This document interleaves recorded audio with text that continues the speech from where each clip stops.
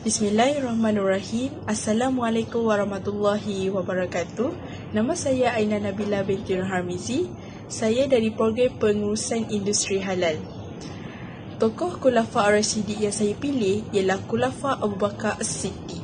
Nama sebenar beliau ialah Abdullah bin Abi Quhafah.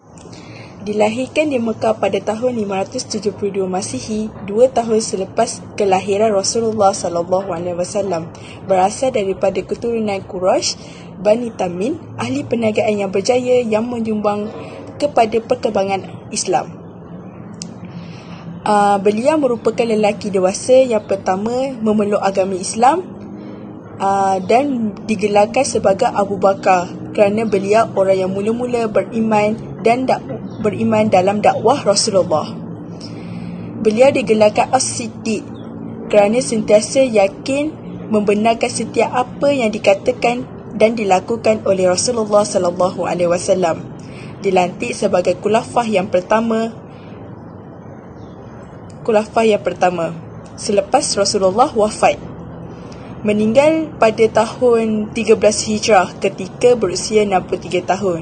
Beliau seorang yang sentiasa bersopan santun, pengasih, bersifat lemah lembut, ikhlas dalam memperjuangkan agamanya, bercakap benar dan tabah menghadapi dugaannya. Abu Bakar As-Siddiq telah berjaya menyelesaikan soalan ar-riddah. Perpecahan umat Islam timbul apabila golongan yang enggan membayar zakat, golongan nabi-nabi palsu dan golongan murtad. Masalah ini dibentas dengan segera. Abu Bakar terpaksa menggunakan kekerasan dengan membentuk 10 pasukan supaya membantas masalah tersebut. Akhirnya masalah tersebut berjaya mengatasinya. Khulafa Abu Bakar berjaya mengenani masalah tersebut daripada ancaman musuh luar negara apabila menggerakkan semua tentera yang dibentuk oleh Rasulullah SAW sebelum kewafatan baginda. Tentera di bawah pimpinan Uthman bin Zaid telah berjaya mengatasi masalah ancaman Rom. Kejayaan gemilang yang dicapai menyebabkan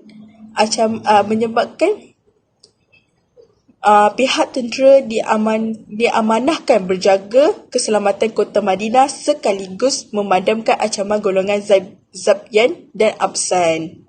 Abu Bakar juga berjaya mengumpulkan Al-Quran. Usaha ini diketuai oleh Zaid bin Thabit untuk mengelakkan kehilangan Al-Quran di muka bumi ini selepas kematian Al-Hafiz dalam peperangan Ar-Riddah.